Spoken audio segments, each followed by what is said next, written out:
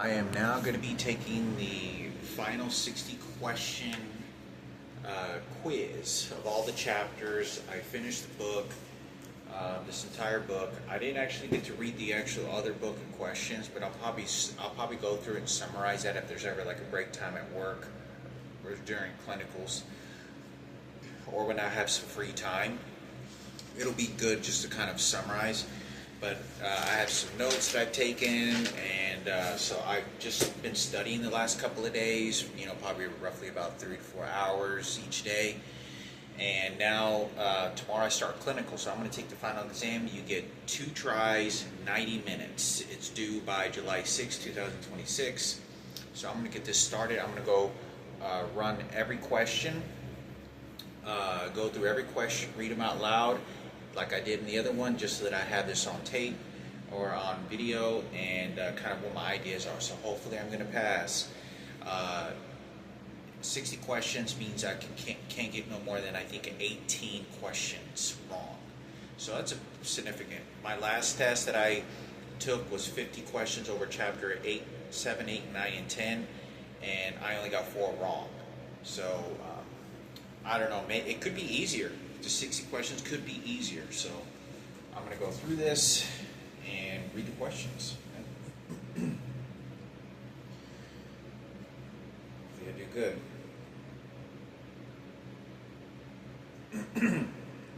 Okay, I get 90 minutes started, okay? So see here. It says, what is one important reason why bed linens should be wrinkle-free?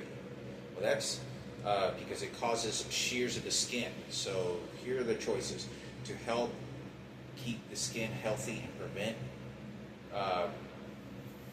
prevent pressure injuries. Yeah, I would say that's the answer.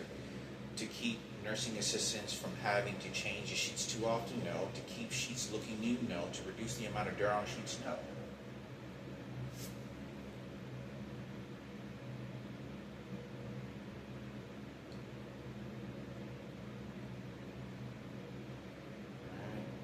Next question. To best communicate with a resident who has a visual impairment, the nursing assistant should ask the resident to see what is in front of him, identify herself when she enters a room, keep the lighting low at all times, touch the resident before identifying herself. Is a visual impairment. To communicate with the resident who has a visual impairment, the nursing assistant should identify herself when she enters the room, right? Because you don't want to touch them, because they can get frightened what they may be touching their body, because remember they have visual impairments. They can hear. It says visual. So my answer I would choose, it says ask to see the resident to see what is in front of them. No. Keep the lights low at all times. Touch the resident before identifying herself. No. My answer is identifying herself when she comes to the room, which is B. If a resident starts to fall, the best thing a nursing assistant can do is catch the resident under their arms to stop the fall, widen her stance and bring the resident's body close to her, lock her knees, reverse the fall if the resident is less than halfway down. Reverse the fall. No, it says catch the resident under the arms to stop the fall. Widen her stance and bring the resident's body close to her body. Lock her knees. To my understanding, this is kind of a tricky question, because when a resident falls, you're not supposed to necessarily catch them. You're supposed to, if you do catch them, you're supposed to then gradually let them fall on the ground, because you can actually get hurt, or if you're not stable, you both fall and then cause the injury to the person. So as long as you sort of break their fall and kind of ease out but not to completely catch them, but that's what I was told. Reverse the fall if the resident is less than halfway. You want to reverse the fall. Widen her stance and bring the resident's body close to her body. So you don't want to widen her stance and bring the resident's body close to her body. So, you mean spread your legs and kind of have brace them, catch them, lock her knees? No, catch the resident under the arms to stop the fall. That's what I'm going to say it is. Widen your stance and bring the resident's body close to her.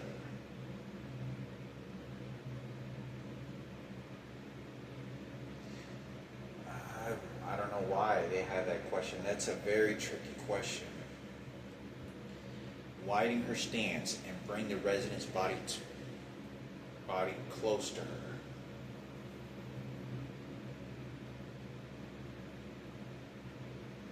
I think that may be B, because you sort of widen your stance to bring it toward your to widen the stance and bring your resident's body close to her.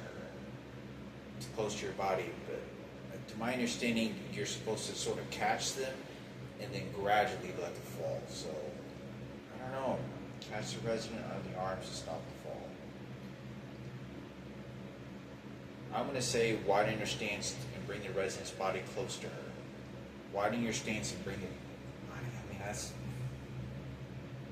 I don't know. That seems tricky. So I'm going to choose. Catch the resident under the arms to stop the fall. That's what I'm going to go ahead and choose. It's a safe question. And then you can kind of gradually let them fall. So we're going to go with that. But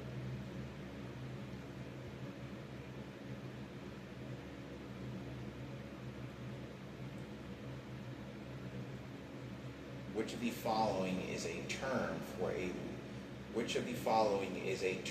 a legal document that designates what kind of care a person wants if he is unable to make that decision for himself? Code of ethics, protected health insurance, protected health information, advance directive, bill of rights. Advance directive. How should the nursing assistant respond if a resident tries to give him a gift? The nursing should accept the gift. No, that's definitely no. If he plans to give the resident a gift too, no. The NA, which is nursing assistant, they have abbreviated, should refuse the gift but say thank you. The nursing assistant should refuse the gift unless the resident agrees to keep it confidential. No. The nursing assistant should accept the gift if he knows that the resident cannot return it.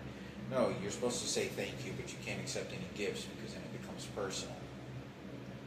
You get paid for CNAs. Which of the following sentences is an example of a fact? Mr. Gomez ate half.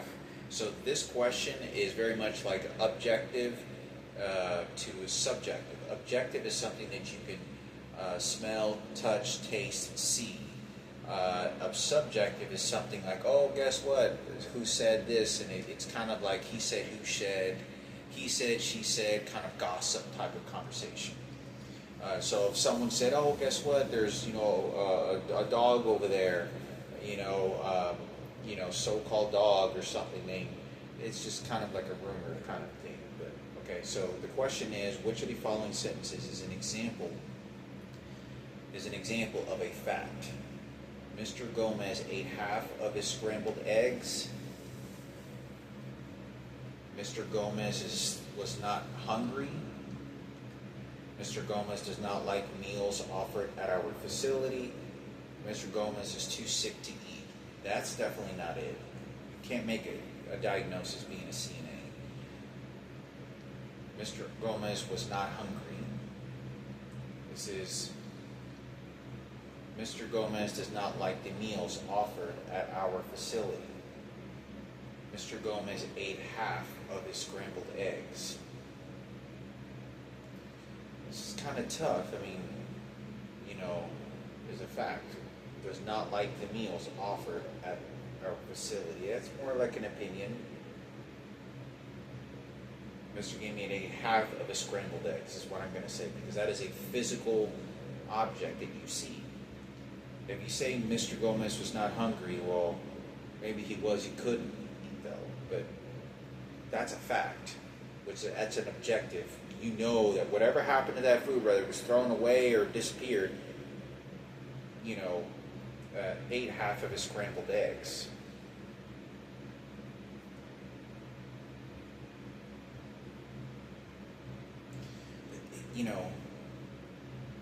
So that's how I'm going to say ate scrambled his eggs.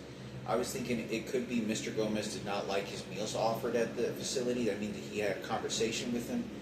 But that's a very tricky question. So I'm going to say Mr. ate half his scrambled eggs because we're working with fact. And objective is fact, subjective is not. Which is / are the most essential nutrients for life? Which are the most essential nutrients for life? Water. This is proteins, carbohydrates, vitamins, and water. There are 6 nutrients that the body needs, but this one says which is the most essential? Water. You can go without water for life. You can't go live without water for a very long period of time. So I'm going to say water at all those. Objective information is information that cannot be observed, information collected using the senses. Yes.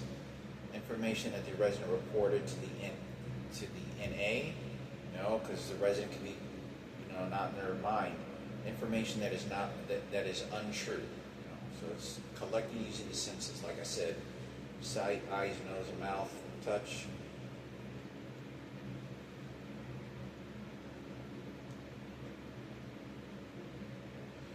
It says standard precautions should be practiced only on people who look like they have a blood-borne disease. On every single person in the NA's care. Standard precautions. Yeah, I'm just only on people who request that the NA follow them. Only on residents whose charts indicate that they are infectious. No. Standard precautions should be practiced on every single person in the nurse's care assistance. So every person want to have standard precautions because you don't know the details exactly. You just know you get a chart, you get told what to do. You have these sort of summary of these people, but you want the standard precautions because there's an extent of everything, so it kind of helps ward off any dangers that could lie ahead. Which of the following remarks is a clinch? Would you like me to go with you? It will, I read that earlier too. It says, what is the following remarks? It's C-L-I-C-H-E. Clichy. It will all work out in the end. Would you like me to go with you? How can I help? I understand you're feeling scared. I don't remember the meaning of that word. Would you like me to go with you? It will all work out in the end. How can I help? No, I understand you're feeling scared. I want to say I understand you're feeling scared. I think it has something to do with like being scared or fear or antsy. I think that's what it is. Because it will all work out at the end. How can I help? Would you like me to go with you? I understand you're feeling scared. So I would say D. I don't really know what that is. I'm pretty much guessing on that entire question. I'm really just guessing, but that's what my best answer is. If a resident has just had a glass of iced tea, if a resident has just had a glass of iced tea, how long should the nursing assistant wait before measuring the resident's temperature via oral lenses? If a resident, they're shooting electronic devices at my knee, that's why I just had a, if a resident has just had a glass of iced tea, how long should the nursing assistant wait before measuring the resident's temperature via oral mouth? 5 to 10 minutes, I would say. I don't know. I don't even know the answer to that. I don't even remember reading that. It should be 5 to 10 minutes. We'll say longer, 10 minutes. Could be 10 to 20. I want to say it's either 10 to 20 or 5 to 10. It's 5 to 10 or 10 to 20 minutes. Should be an oral method. Oh, gosh. It could be 30 to 40. Out of 5 to 10 minutes almost seems like you probably couldn't test the correct temperature. Is it 10 minutes you could wait if you drank like a glass of iced tea? I'm going to say 10 to 20 minutes.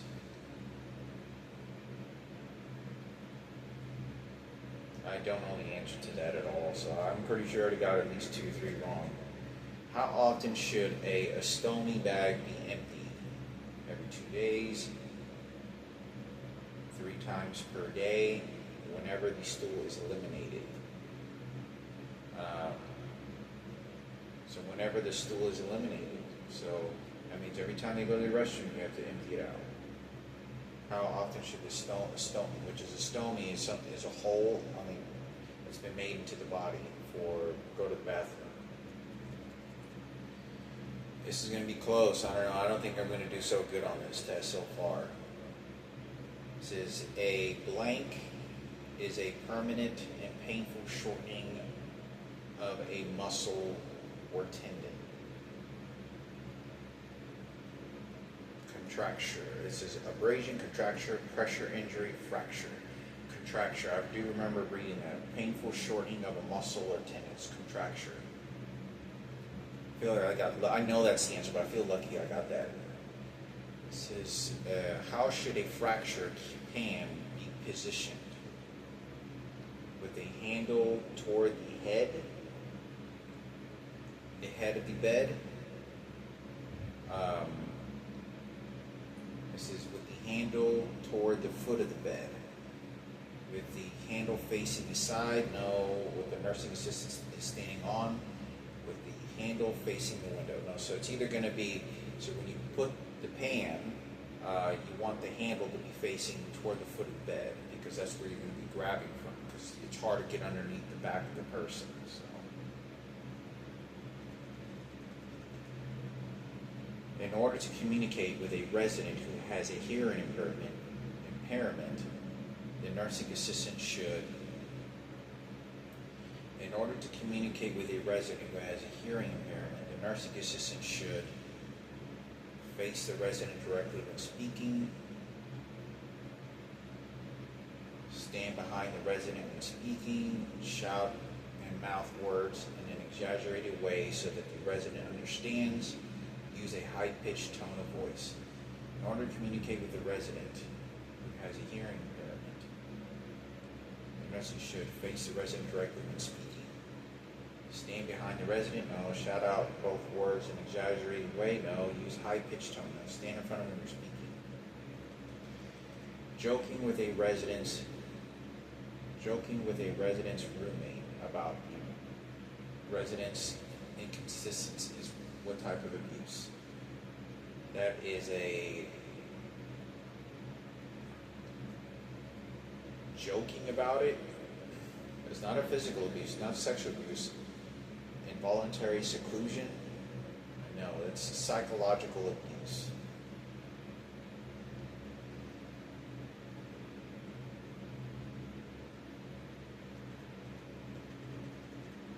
Which of the following statements is true of mental health disorders? People who have a mental disorder can control their symptoms if they want to be well. No. A mental health disorder is a disorder that produces signs and symptoms like any physical disorder. No. People who have a mental disorder are pretending to be sick. A mental disorder rarely disrupts a person's ability to function. Which of the following statements is true of a mental disorder? A mental disorder is a disorder that produces signs and symptoms like any physical disorder. That's what I want to say. Because, people who have a mental disorder are pretending to be sick. No. Which is true. So that's my answer. In order for an object to be called clean in a healthcare setting, it must be contaminated to be called clean, free of pathogens, soaked in hot water and dried in clean towels, soaked in water. In order for an object to be cleaned, in order for an object to be cleaned in a healthcare setting, it must be free of pathogens.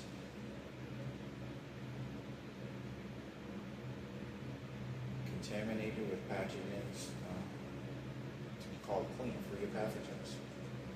Which of the following is an example of a whole grain food?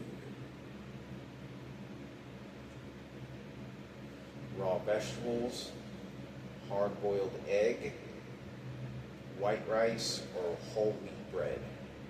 Whole grain food. I'm going to say whole wheat bread. I'm worse with this kind of stuff, but whole wheat, because like when you buy whole wheat, it's like that's grain food. It's like made, you see the little straw of grass on the covers. Whole grain food. So I'm going to say whole wheat bread is an example.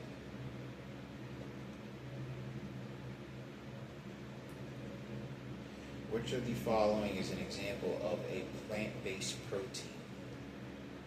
Poached salmon, fried chicken, roasted turkey, refried beans. Refried beans, plant-based.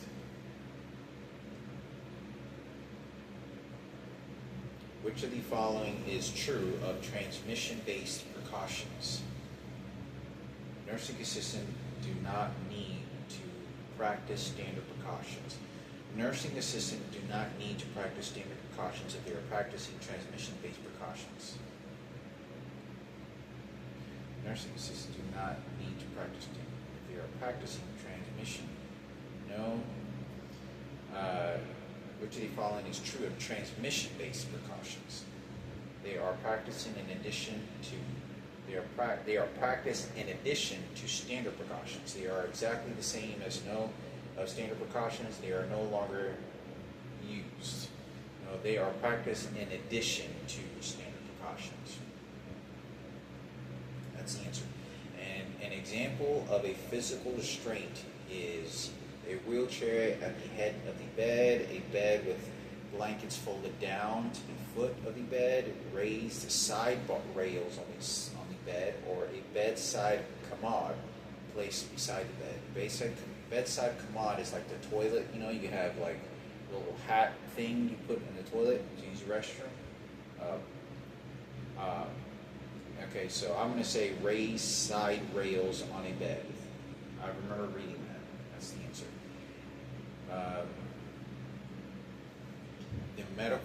The medical term for chest pain, pressure, and discomfort is angina.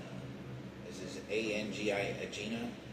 The other one is nitroglycerin. Now it's a medication. Ketoacidosis. No. Atherosclerosis. No. So angina. I do remember reading that. Which of the following shows the correct conversion of 4 p.m. military time? Okay, so was it 900? Was it 9 a.m.? So as 10, 11, 12, 13, 14. This is, I'm going to say 1,400 hours. 14, so it's 9, 10, 11, 12, 1,200, 1,300, 1,400. Wait, hold on. So, no, it would be, because it's 1,200, 900 is at 9 o'clock. So 10 o'clock is 1,000. 11 o'clock is 11,000. Is 11,000. Or is 1,100. 12 o'clock is 1,200. 13 would be 1. 14 would be 2. 15 would be 3. So this is 1. So 12 to 1, 2, 3, 4. So add 400 to 1600. So 1600 is 4 p.m. I hope we got that right. Counted that right. It says, okay, barriers to communication. It says barriers to communication include which of the following? Barriers, this is barriers to communicate. Barriers of communication include which of the following?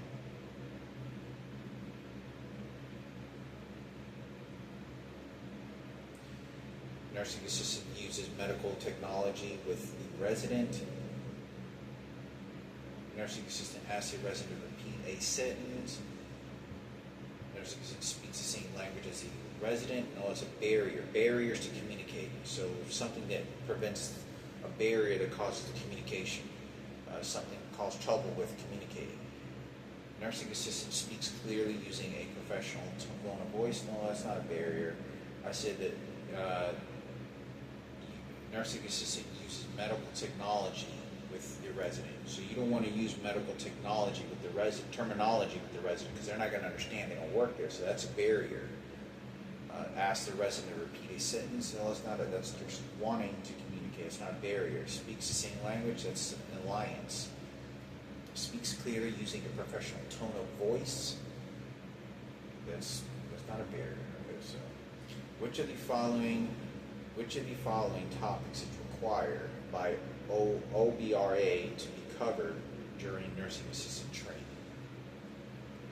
Healthcare coverage for nursing assistants, promoting residents' independency, meal preparation for residents, hours and days that nursing assistants are available to work. So if I remember correctly, OBRA, I don't remember that as I just read that. Oh gosh. So a budsman is an attorney that goes into all the nursing homes and long care facilities, and they're like a lawyer to the residents. And then the other one, which is the omnibus bus or something like that, which is abbreviation for OBMRA, I think, is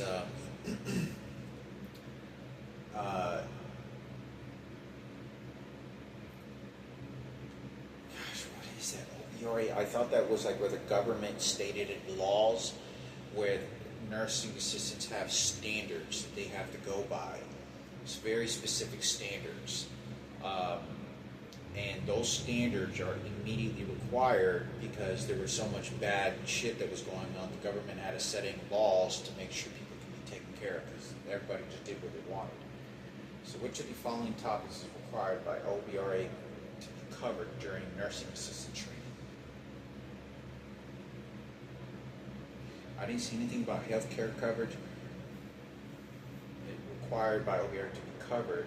Promoting residents' independence, meal preparation for residents. No, we don't do meal preparation for residents.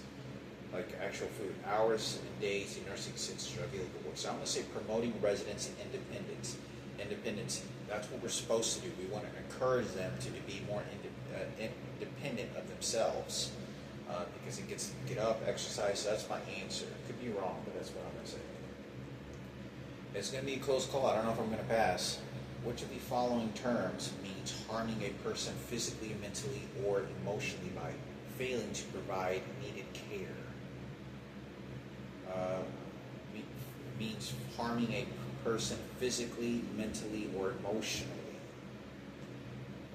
Which of the following terms means harming a person physically or mentally or emotionally? Abuse by failing to provide needed care. Yeah, it's abuse. That's what I'm going to say the answer is. Which of the following statements is true of diabetes? To best conserve energy, people with diabetes should skip meals when they are not hungry. No, people with diabetes must follow their diet instructions carefully. People with diabetes must avoid exercise. No, so they do not burn too much glucose. No. It says for people with For people with diabetes, monitoring their intake of protein is more important than monitoring their intake of carbohydrates. No, so I'm going to say people with diabetes must follow their diet instructions carefully. Could be more problems than diabetes that causes their food to be altered. So diabetes, they can have diabetes and they can have like swallowing problems. So that's my answer, because if they had swallowing problems, it could be a very range, but that's what I'm going to say the answer is. The answer is people with diabetes must follow their strict instructions. The most common form of diabetes is type 2. Type 1 diabetes, type 2, or pre-diabetes is, or gestational diabetes. No, I think it's diabetes 2. Pre-diabetes, the most common form of diabetes. I'm going to say diabetes 2. Yeah, I'm going to say diabetes 2. I don't know. I don't remember that one. Hopefully that one's a total guess. I'm going to say, because pre-diabetes is not going to be a common thing, but you can be diagnosed with diabetes even though, even if you have higher, like if you're on the border of it, and you're technically not under the border of diabetes, but since you're so close to it, you can get diagnosed as diabetes. But I'm going to say type 2. Type 1 is a little bit different, but type 2 I think it was. So that's my answer. That's guessing on that one, but that's the closest to what I think the answer might be. One common treatment for cancer is surgery, medication, sugar-free diet, herbal supplements. One common treatment for cancer is meditation. I'm sorry, not medicating. I said medication. It's meditation. No sugar-free diet. No surgery. So it's either surgery, meditation, sugar-free diet, or herbal supplements. No. So meditation doesn't work. Sugar-free diet, no, because that actually I think is bad for cancer because it feeds the cancer. And herbal supplements, that's always optional, but a common one is what we're looking for. So surgery is very common. Baseline vital signs are initial values that can be compared to future measurements. No normal ranges of vital signs. Baseline vital signs are normal ranges of vital signs that are out of normal range, changes in vital signs from one measurement to another, initial values that can be compared to future measurements. That's why I'm going to say baseline. I don't even think I remember baseline vital signs are. I don't remember reading that. I came across it, I think, but I don't remember. This is a total guess too. Baseline vital signs are initial values that can be compared to future measurements. So I guess that, to my understanding, how I understand it, is initial values, like the values of the readings that you're getting, and you can compare them to future measurements. Compared to future measurements. That's a baseline vital. Normal ranges of vital signs. Baseline vital signs are normal ranges of vital signs. Baseline vital signs. Could be it. Is it vital signs that are out of normal range? No, that's not it. Changes in vital signs from one measurement to another. No. So I'm going to see it's either normal ranges of vital signs. Baseline vital signs. So baseline vital signs. That's normal. Initial values that can compare. It's either going to be A or B. I'm going to go with A. Normal ranges of vital signs.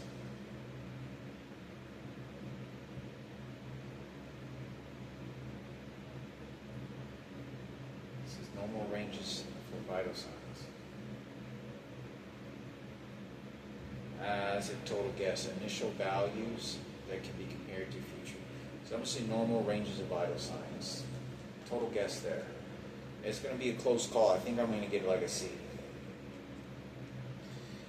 A resident with AIDS who has an infection of the mouth may need to eat food that is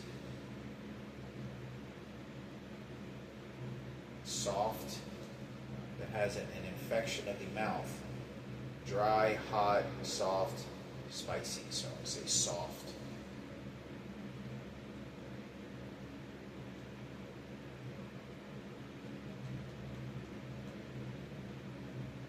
To convert 4 ounces of milliliters, the nursing assistant should multiply 4 by 369. So to convert 4 ounces, so for 30 millimeters, each 30 millimeters is 1 ounce, so 3, 6, 9, 12. So you should multiply 4 by 30, so 3, 6, 9, 12. Yeah, 120 millimeters is 4 ounces, so yeah. I remember, I think I asked that question before. I don't think I've, out of this whole final chapter questions, it's supposed to cover the entire book. I haven't gotten any same questions at all yet. Maybe but one. Maybe I think I read that, but it was phrased different. Which of the following statements is true of urinary inconsistency? This is which of the following statements is true of urinary consistency? Which of the following statements is true of urinary consistency? Which of the following statements is true of urinary inconsistency? Urinary consistency occurs naturally as people age. Nursing assistants should not give fluids to residents who have urinary inconsistency. Urinary inconsistency does not need to be documented as long as it is as small as amount of urine. No, certain nervous system diseases can cause urinary inconsistencies. Which of the following is true? To my understanding, I remember talking to this in class, or reading a question that we out of the book, is urinary inconsistency occurs when naturally as people age. So people as they age, that's not a natural thing. It's because something went wrong in their body. It's not a natural thing.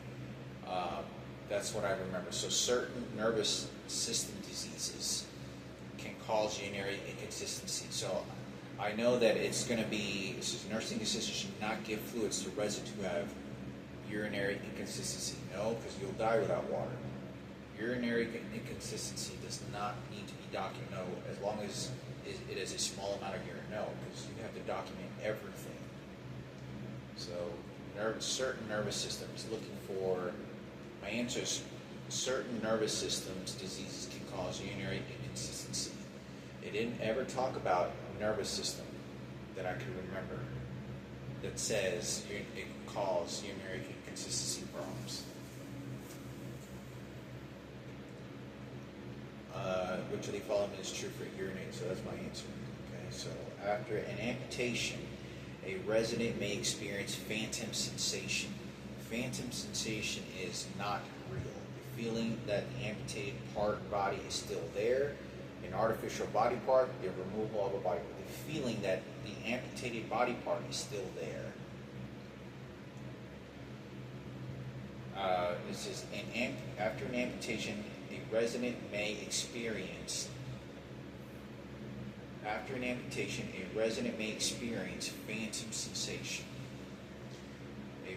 After an amputation, a resident may experience phantom sensation. Phantom sensation is when somebody feels pain in an area which it said it was real. It said it's real. I can see how can it be psychological, but this is why I think this is all rigged class. Okay, if you do not have a limb, you're not going to understand that pain. Like, if I lost an arm, I can't tell you, say, oh, my hand hurts, my hand hurts, it hurts a lot, I just feel so much pain and my hand hurts, and I have no arm. Okay, that's but this is what it says. The feeling of the amputated body part is still there. Fresh body part, remove all the body part.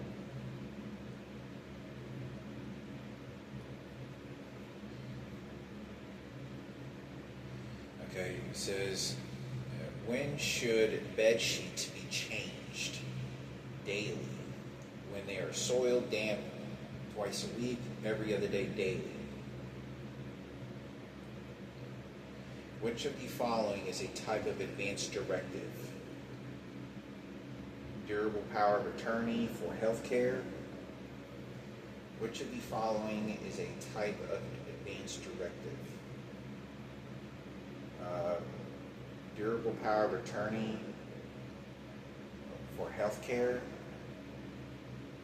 Power of attorney? No, that's not advance directive. Divorcee decree? No. Last will and testament. Yeah, I want to say it's either going to be durable power of attorney for healthcare, or it's last will and testament. I'm going to say advance directive is a last will testament, and testament means, what you want them to do if something happens. So that's my answer. It could be the first one, but that's what I'm going to say it is. What member of the care team might help a resident learn to use? What member of the care team might help a resident learn to use assistive devices for eating and dressing? What member of the care team might help a resident to learn to use the assistive? So, activities director, occupational therapist, speech pathologist, registered dietitian. So I'm going to say may use assistive devices for eating or dressing.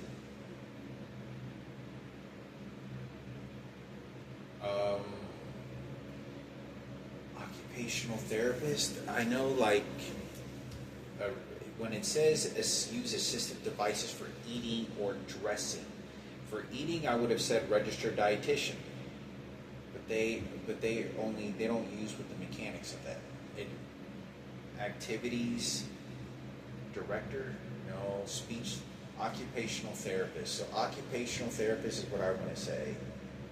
Could be wrong on that. The reason I think is therapist, like a physical therapist, you're physically involved and sort of physically applying. So occupational therapist. I don't remember reading that one. I thought nursing assistants are supposed to do that, because I did read that where sometimes they'll have spoons that are curved and it had like a rubber handle, so it gives them the ability to sort of help them eat. But there may assistive devices also include. I just heard, see, they just electrocuted me right now. This individual just electrocuted me, and I'm taking this test, and he's in the kitchen, and he just dropped a spoon.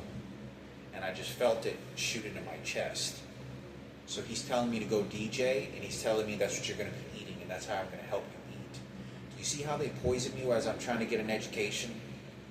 You see how they stop completely what I'm doing because this parasitical motherfucker's doing this shit to me.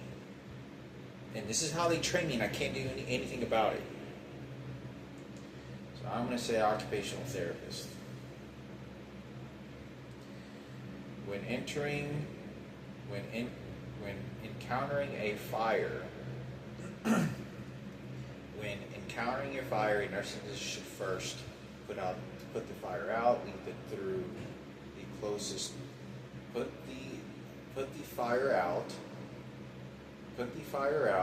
Lead through the closest exit. Remove the residents from the danger. Gather her belongings. Remove the residents from the danger. That's number one. HIV is transmitted by toilets, hugs, blood. HIV is transmitted by telephones, toilets, hugs, blood. So I'm going to say blood. Bodily fluids or any openings, right? How should a nursing assistant work when helping a resident with a range of motion exercises? Begin at the feet and work your way up body. Begin at the shoulders and work your way down to the body. Begin at the fingertips and work inward. Begin at the knees and work up to the shoulders. So I'm going to say begin at the shoulders and work your way down the body. That's what I remember. This range of motion, ROM, ROMs. Just begin at the feet and then work up the body. I remember they were starting up at the body, top of the body. So, okay. That's the answer, right? I think it is. A blank is the permanent painful shortening of a muscle tendon. They already asked this. It's a contracture, muscle or tendon. An abrasion is like sort of scab, pressure injuries, pushing a lot of pressure on. A fracture is like you fall and you fracture maybe like a bone. Joking with a resident's roommate. It says joking with a resident's roommate about the resident's inconsistencies. What type of abuse? It's like they already asked this question. Why are they asking this question again? It's not physical. You don't want to be joking about somebody's inconsistency. You know, they can't help it. You know, if somebody has a problem, you don't want to be joking about that. You know, especially to a roommate or about them because they live in their environment. Physical abuse, sexual abuse, involuntary seclusion. Involuntary seclusion is like putting somebody in a room and throwing them in there and leaving them alone. Like involuntary, but they don't want that. Okay, so which of the following statements is true of mental health disorders? People who have a mental health disorder can control their symptoms if they want to be well. No. A mental disorder is a disorder that they already asked this question before. Okay, so that's four questions they've already asked us before. They're training me with this. Through lying. This is, which of the following is true mental disorder?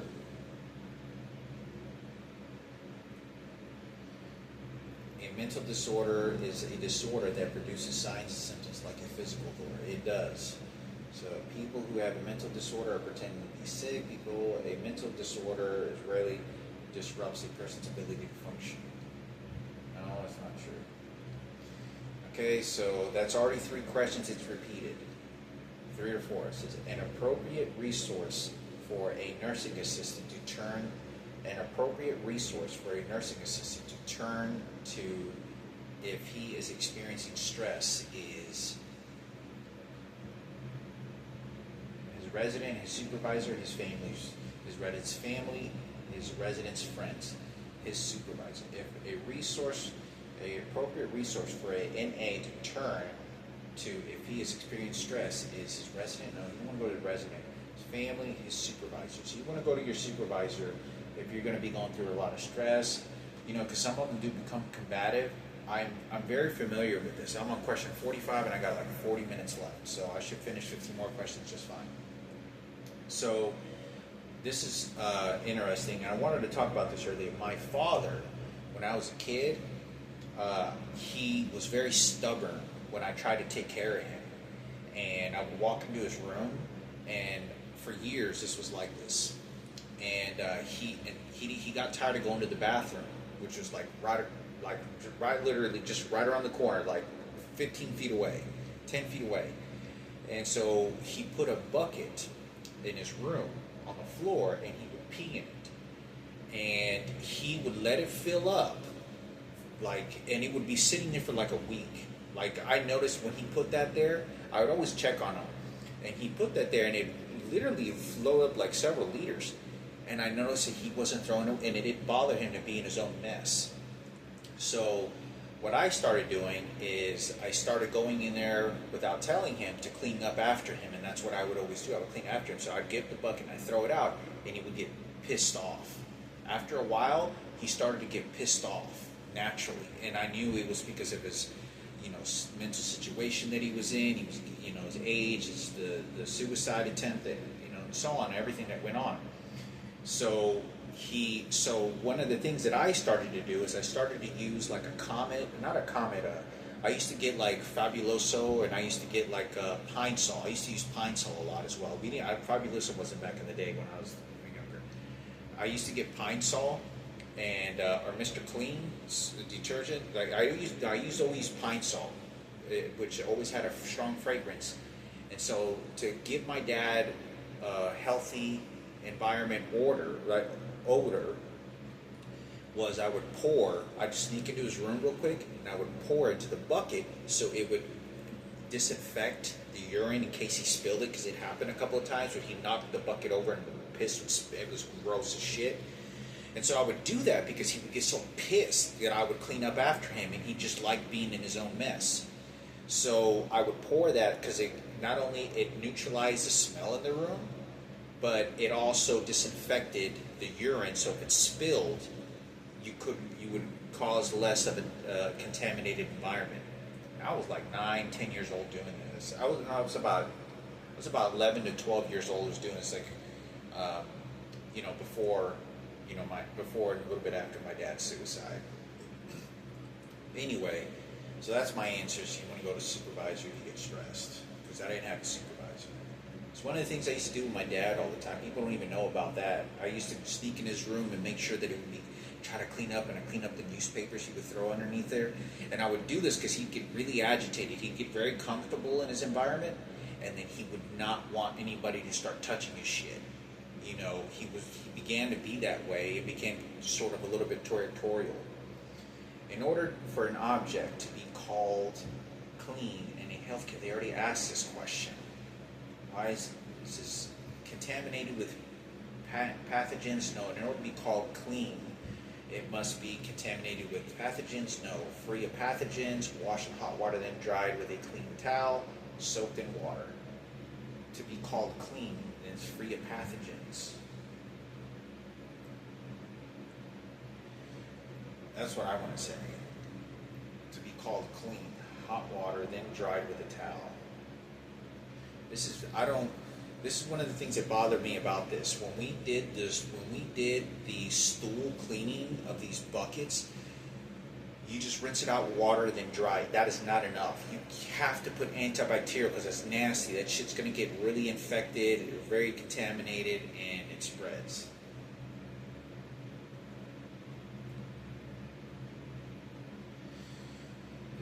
Which of the following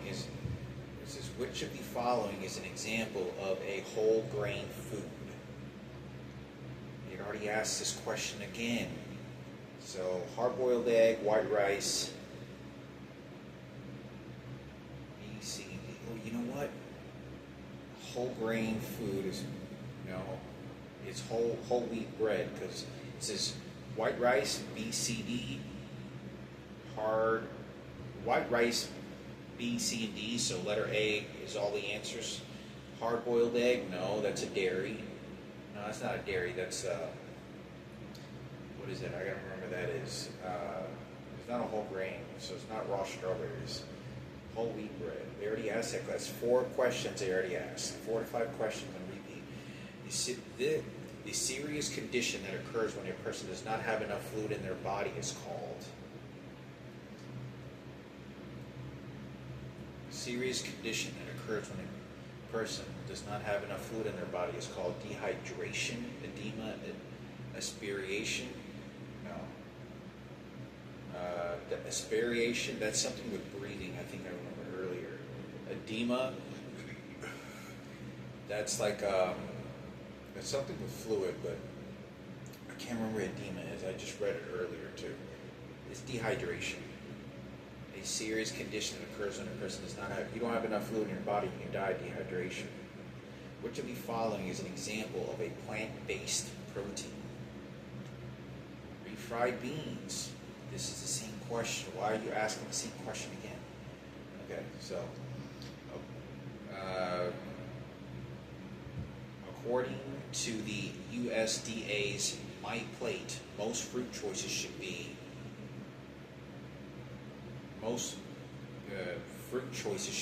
fruit juice, whole fruit, fruit-flavored drinks, no. Fruit smoothies, B, C, and D. They have it labeled on here very weird. Because the first one you said says fruit smoothies and it says B, C, and D, so I'm guessing that if you choose the first one, it's fruit smoothies and B, C, and D. B, C, and D, so that's all of them. I don't know.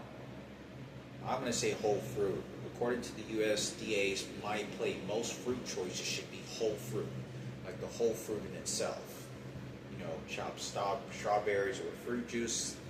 You get fruit juice, has too much sugar, has all kinds of stuff in it you never know about. Food flavored drinks, that's just flavor.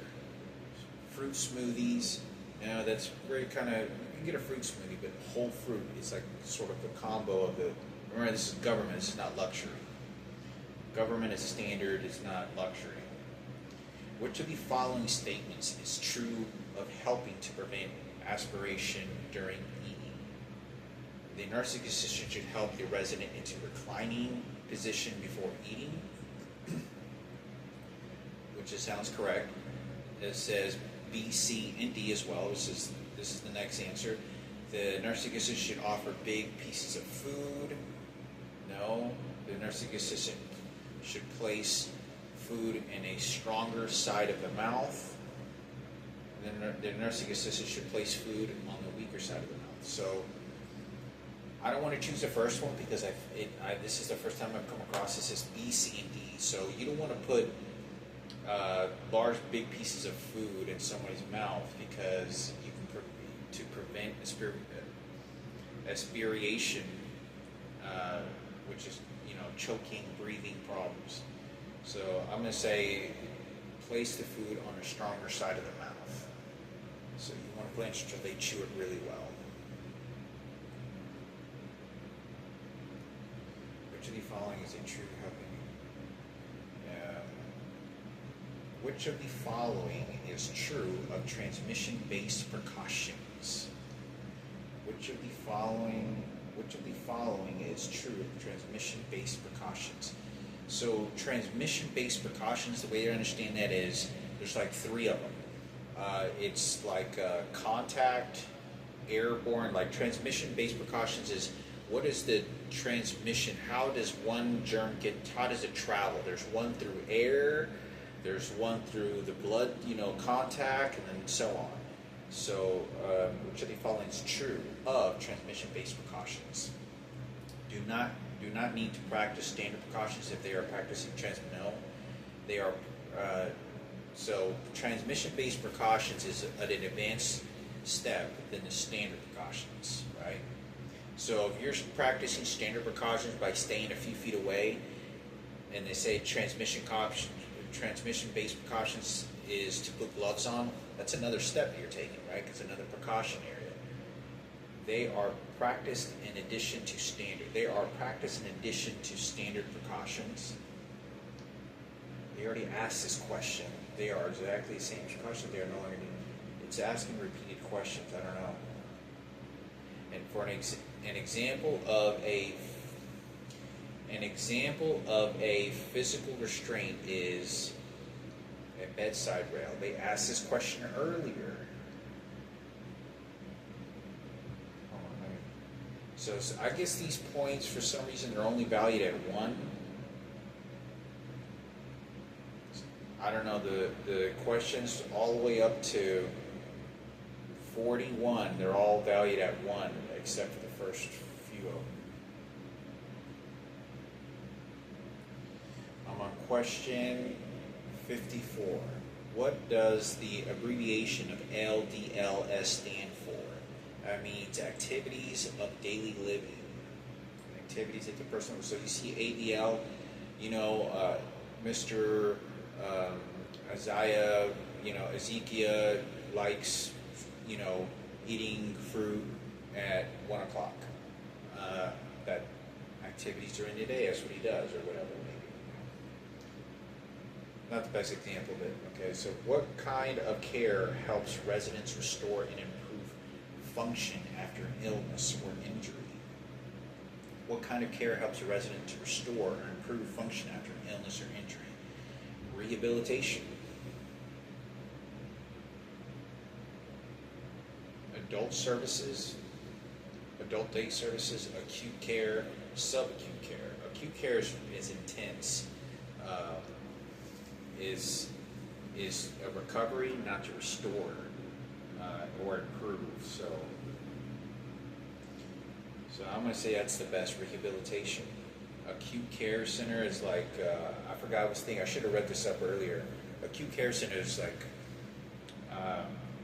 you lose an arm or something, or leg. Subacute is like, maybe a little less than that, or you're in recovery after losing an arm or leg. So it's asking that if you're going to restore or improve. If you lose a limb, you're not going to be able to improve or restore anything anymore. But rehabilitation for resident, that's what I'm going to say. The medical term for chest pain, pressure, or discomfort is agenia. I've already came across, this is like 10 questions, it's already asked repeatedly. A nursing assistant can demonstrate ethical behavior. A nursing assistant can demonstrate ethical behavior. A nursing assistant can demonstrate ethical behavior by protecting the resident's privacy, changing the care plan if the nursing assistant believes it's appropriate for the resident, can demonstrate ethical behavior. It says performing a task outside the nursing assistant's scope of practice in which resident requests the nurse. No, you cannot go out of your scope of practices. Accepting a gift from a resident for no. So I'm going to say protecting a resident's privacy.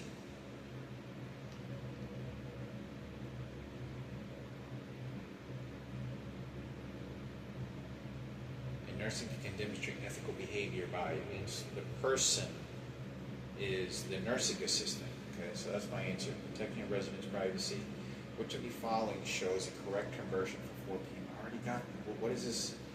It's asked like more than 10 questions repeatedly. Barriers of communication include which of the following?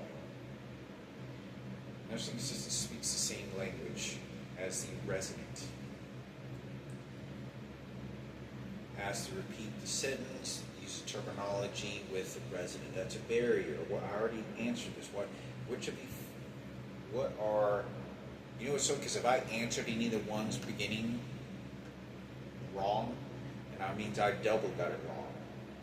What are the type of duties of an ombudsman? An ombudsman advocates for staff members involved in disputes with management. No.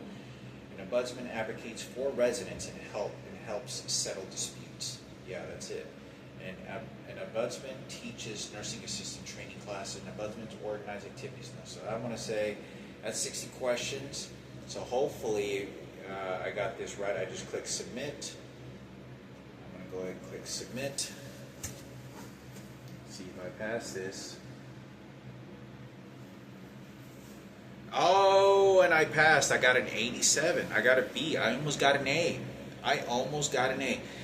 They asked I think it was like 10 or 12 questions repeatedly, so that doesn't really count so much. But if I would have gotten all those wrong, I would have chose the same answer to all of them because that's my best answer, and I would have gotten all wrong.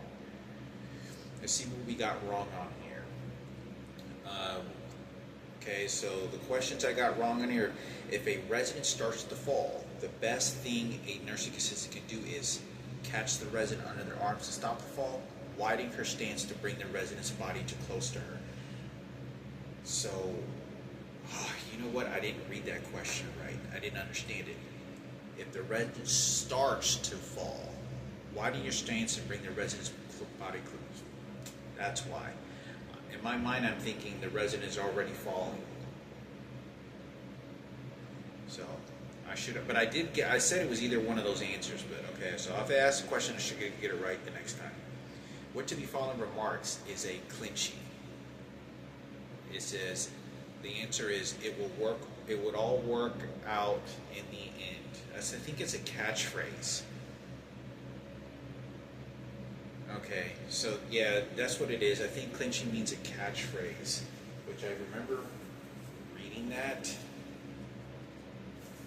earlier.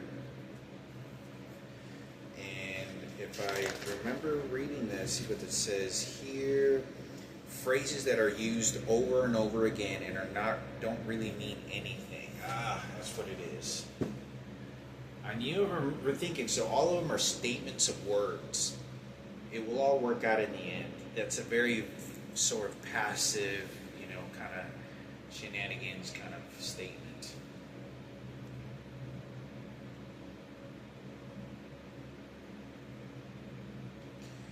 see what other wrongs I got wrong.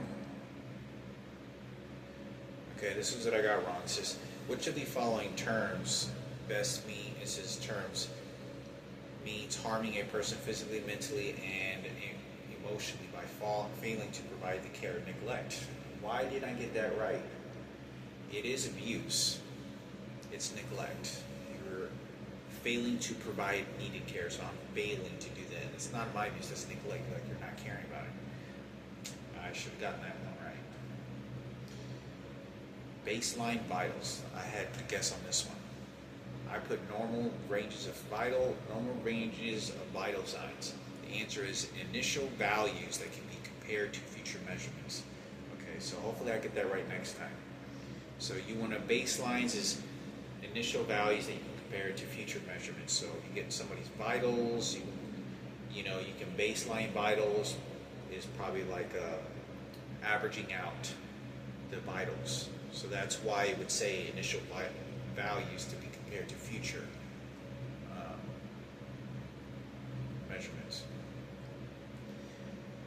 Okay, what's the other one I got wrong? Okay, so when should bed sheets be changed? I put daily. Why wouldn't you want to change your bed sheets daily for everyone? Well, I guess you don't. It says twice a week, every other day, daily. I chose daily, but this is when they are soiled or damp. So if a residence, you're telling me if the bed sheets don't need to be changed for 5 weeks if it's not soiled or damp? I mean, I don't know. Well, the answer is when they are soiled or damp. Which of the following is a type of advance directive? I put last will and testament. No. So advance directive is durable power of attorney for health care. So it's either one of those two. So I could narrow it down, but it was the other answer. So I got that wrong. It says, in order for an object to be called clean in a healthcare setting, it must be free of pathogens. The answer is washed in hot water, then dried with a clean towel.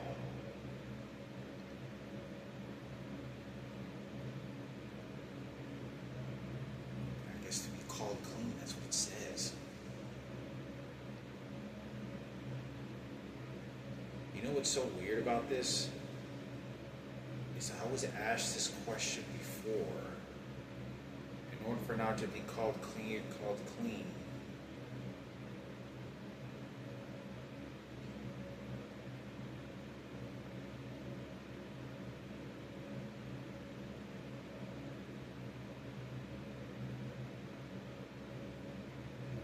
So I did get that one lucky. I did guess on this one, which was if they have a glass of tea, iced tea, wait 10 to 20 minutes. So that was a good common sense question. I got it right. So that was a good one.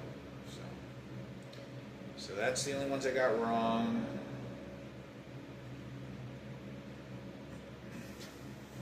I passed. I got an 87. I did pretty good. Just a question or two off getting an A again.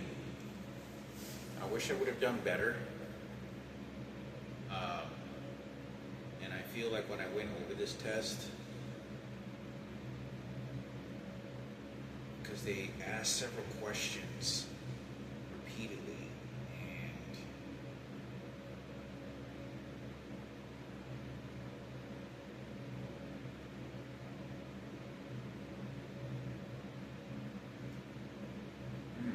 and anyway, so that's just part of this test. So I'm glad I passed. So I'm gonna go call my mom and tell her I passed the test to get a better education. Thank you, Lord, Father, Mother, Holy Spirit. Thank you, Lord, for allowing me to pass this test and to higher my education for a further degree, possible LVN. It's gonna be a long road ahead. And thank you, amen, to allow me to use my brain for whatever small capacity that may be that I'm allowed to use aside from the electronic devices that I feel that are shooting me